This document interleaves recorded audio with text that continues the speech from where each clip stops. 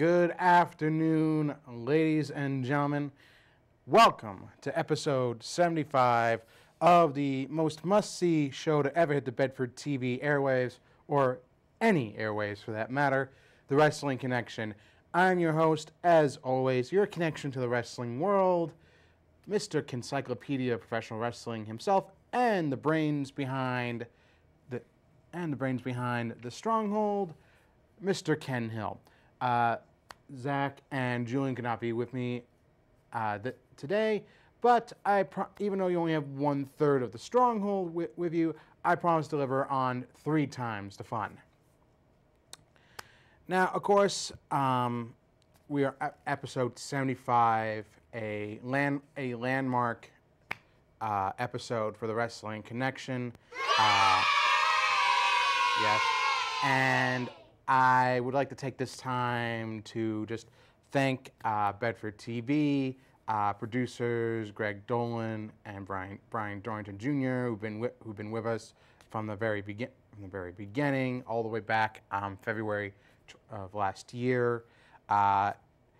It's been an amazing ride so far, and I look forward to many, many more hilarious and fun moments with you guys.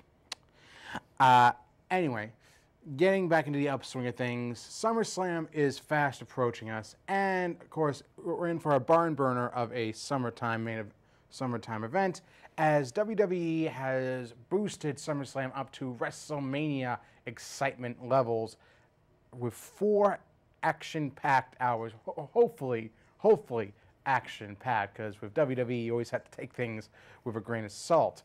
But anyway, getting into things, we kicked off the show.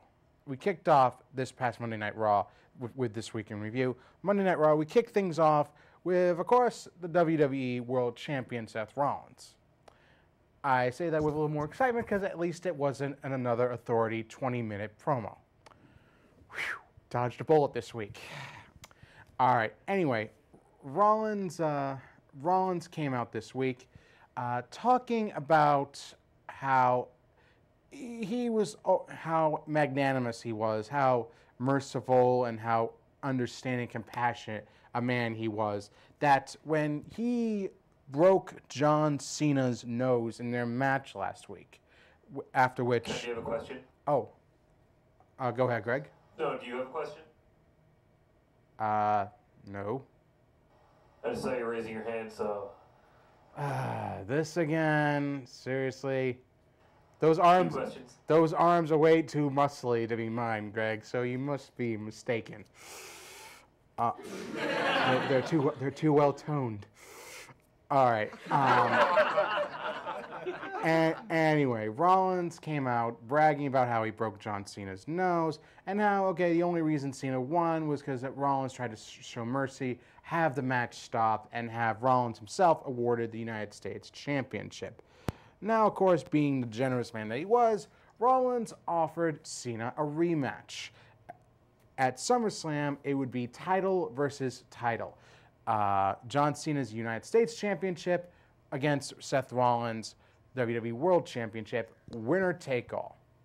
Now, I liked this opening segment because, it gave Rollins an out because supposedly the rumor is that Cena's surgery to repair his broken nose, which was quite the severe injury, as I showed you last week, could very well keep him out past SummerSlam. We don't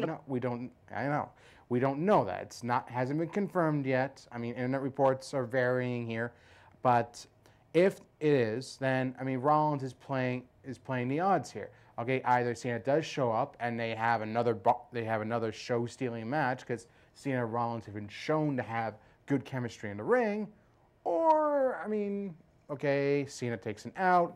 The U.S. title is possibly vacated, and then you have the possibility, perhaps, say, having the winner of Cesaro and Owens facing Rollins for the WWE World Championship, having Cesaro and Owens face off for the U.S. title, and then the winner facing Rollins in the winner-take-all match. So it opens up a number of interesting possibilities for one of the main events at SummerSlam, So I liked what they were doing here.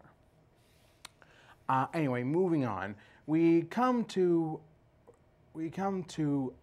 Rollins deciding to take a page out of Cena's book and posing a open challenge, a grand opportunity for a WWE World Heavyweight Championship Open Challenge.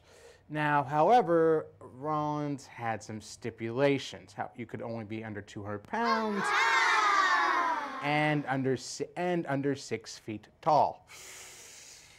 And that kind of limited the competitors that could challenge Rollins. Initially, we thought, oh, good Lord, we were going to see El Torito of Los Matadores. We were going to see a Bull face Rollins for the world title, and frankly, that is a lot of, well, you know what.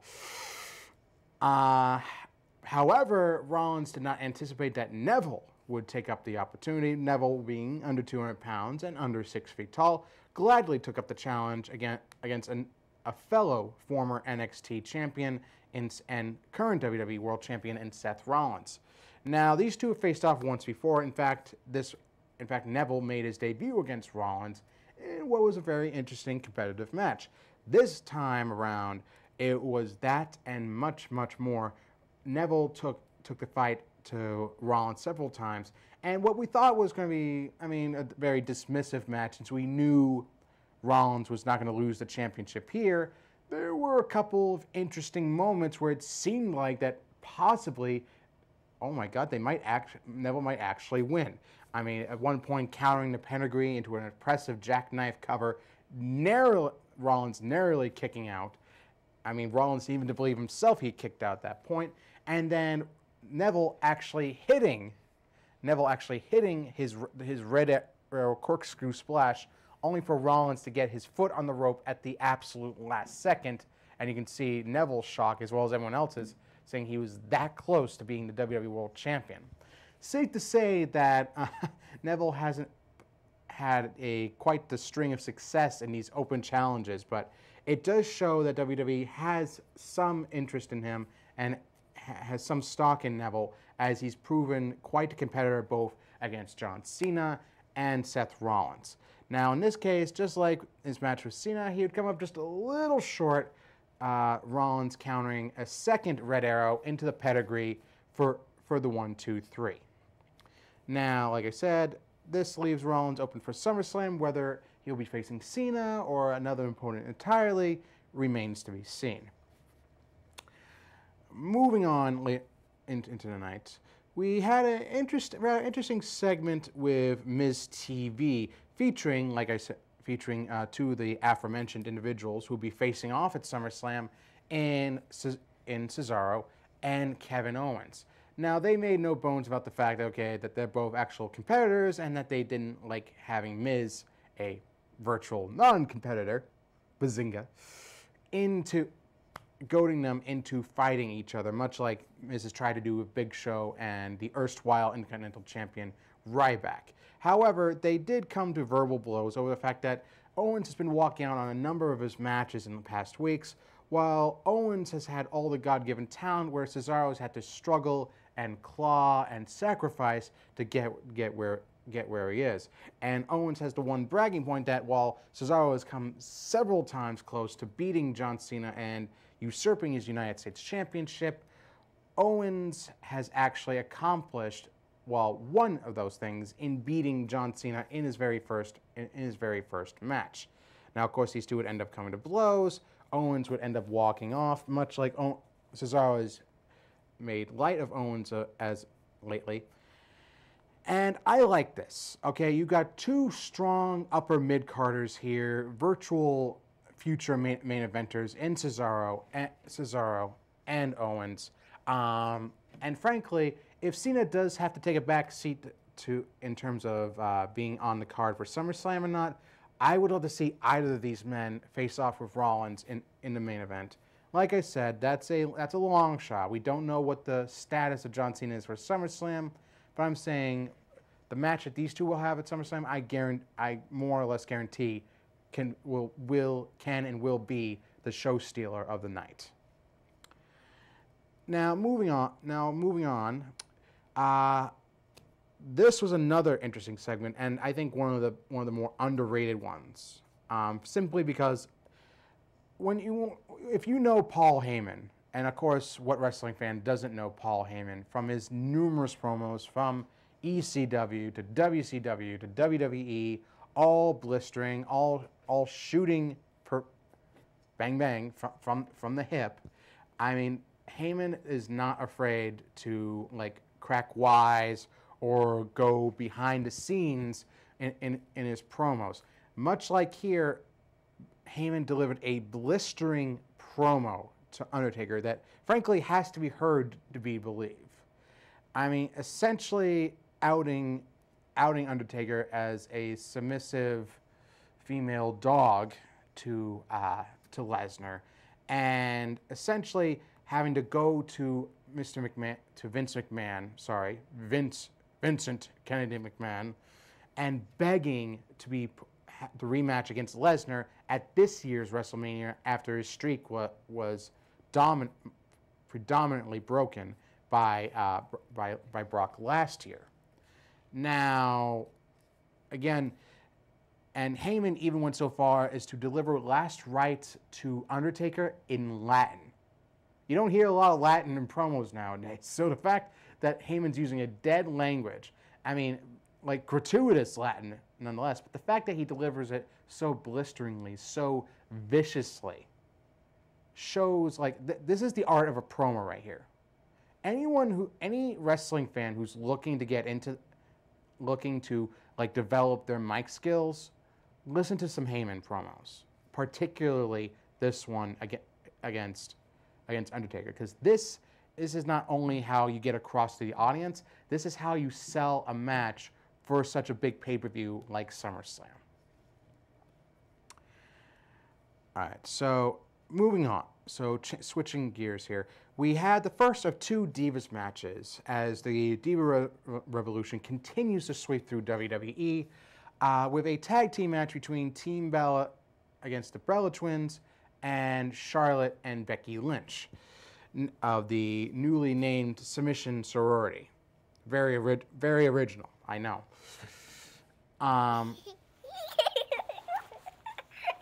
Yes.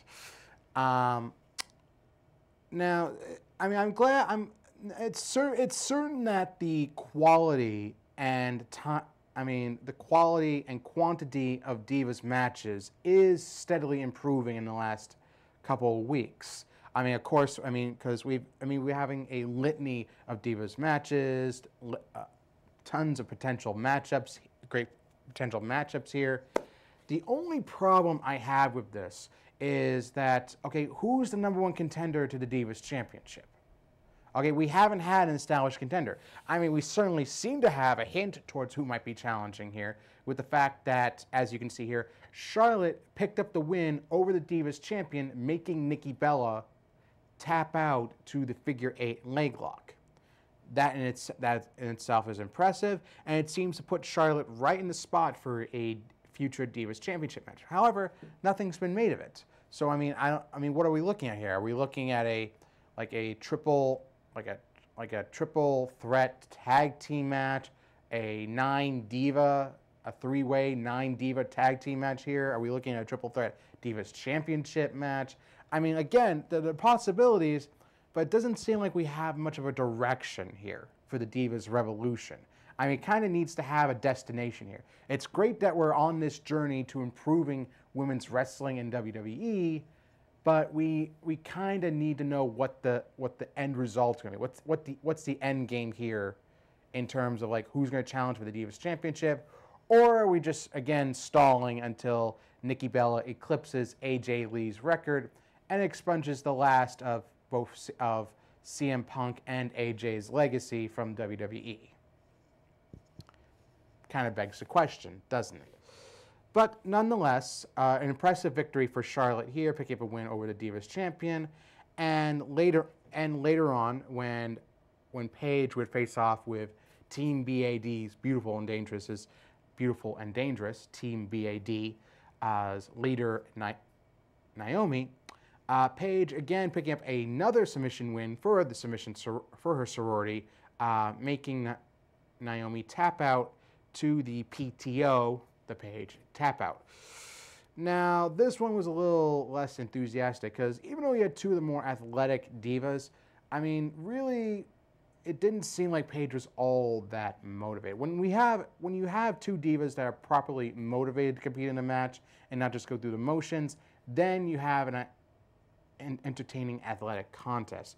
That was not really the case here. I'm glad that we're certainly getting more quality, and I said more quality and length of these matches. Once again, we kind of need like an end destination here. All right, so that brings us to the main event, which was a 6-man tag team match, and which I always enjoy because WWE knows how to put on an entertaining 6-man tag team match, regardless of the combinations.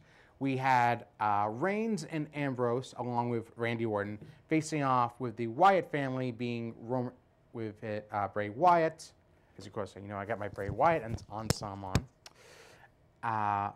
Luke Harper and Mr. Money in the Bank, Sheamus. Now, this was a fun tag team match. We saw during the match Randy Orton much more enthusiastic when it comes to like these 6-man tag team matches. I mean, Roman and Ambrose are always made a great pair, especially during their time in the Shield. And in fact, we seem to be getting kind of hints of a renewal between the Wyatt family and the Shield, that a match has been made for SummerSlam, that being Bray Wyatt and Luke Harper versus Dean Ambrose and Roman Reigns. Now, this certainly has hints of Wyatt versus the Shield, harkening back to early 2014 when these two teams faced off for the first time in Elimination Chamber. Now, am I excited for this? Certainly. Do I just feel like it's kind of a stalling tactic? Because, I mean, really, Bray Wyatt's been in a holding pattern for the last couple of years. And they just seem like they're finding more and more things for Roman Reigns to do that don't involve the WWE World Heavyweight Championship, which is good because they're getting back to the roots here. That's not actually a bad, like I said, it's not a bad thing that they're keeping Roman Reigns out of the title picture. They're getting him back to his Shield roots. They're having him as the silent killer, of course, the silent, sturdy powerhouse that he once was in the Shield. Okay, he keeps his promos short and sweet, and he lets Dean Ambrose do most of the talking, which is certainly a good thing. Now, am I looking forward to this match? Oh, very much so.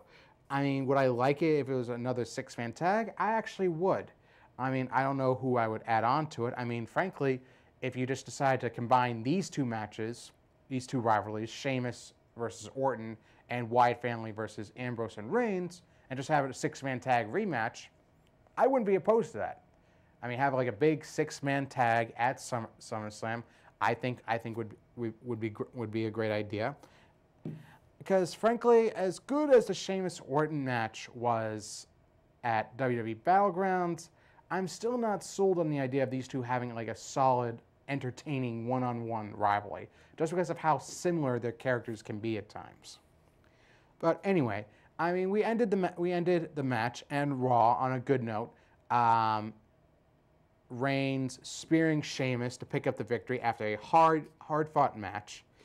And it seems like, okay, that they're building towards Reigns and Ambrose going over the Wyatt family, which would make sense because, okay, Wyatt got the victory at Battlegrounds. You would want Reigns to pick up the victory here at SummerSlam, and then they can have the sort of blow-off match, the rubber match, at I believe September would be Hell in the Cell, where they could have like another tag team rematch and could have it inside the Cell, which would be exhilarating, having the former members of the Shield and the Wyatt family inside a Cell. But again, that remains to be seen. That's next month.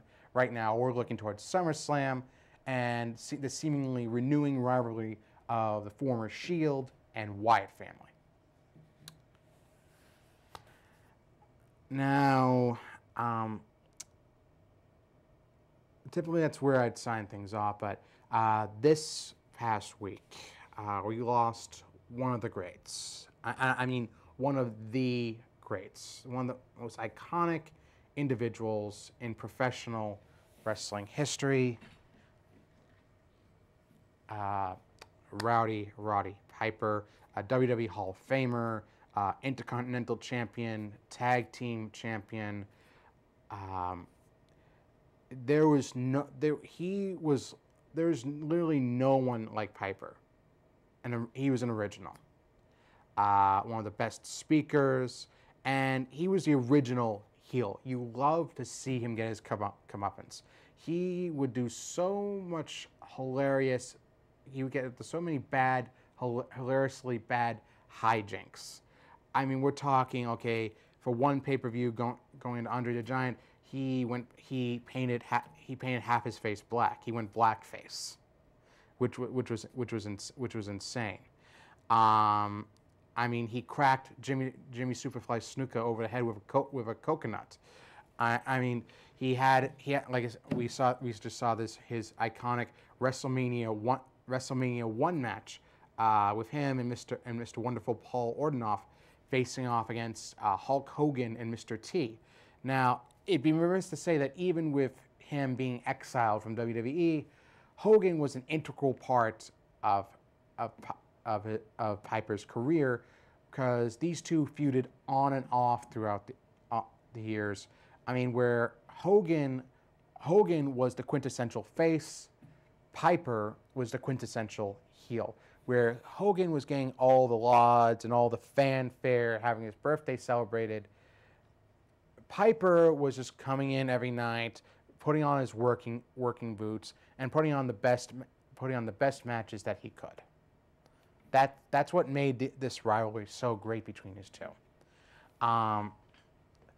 Piper certainly had his share of fanfare and success. Of course, who can forget his iconic role in the movie They Live? I'm here to kick butt and chew bubblegum, and I'm all out of bubblegum. To this day, that phrase is still used. That shows how iconic it was and how iconic an individual the Rowdy One was. Again, like I said, he was a former tag team champion with the legendary Nature Boy Ric Flair, who was also an integral part of Roddy's career. Rivals, longtime friends, and really the fact that someone as legendary as Flair gives Roddy Piper his props as one of the best in the business, that speaks volumes for how humble a man like Flair can be. And when you've got someone like The Rock, who's one of the best promo men, one of the best talkers in business, saying that Roddy Piper is the best talker, one of the best talkers in the business, that again tells you how impactful Roddy Piper was on this business. He was the original heel, but he was the original heel, but he'll always have a place in our hearts. If you have any questions or thoughts on the show, you can email us at wrestlingconnection@gmail.com. You can check out our official Facebook page, The Wrestling Connection, at facebook.com. You can hit up our Twitter page, at WConnection. Again, we still have a couple weeks to go before our SummerSlam pay per preview. So again, email us in your thoughts on the upcoming pay-per-view, your insight, possible matches, any and all ideas you might have about the upcoming pay-per-view and future events. Discussion's always welcomed here at the Wrestling Connection. Now, instead of our typical sign-off in honor of the Rowdy One, I believe it's proper to give him the proper send-off. Greg, hit the music.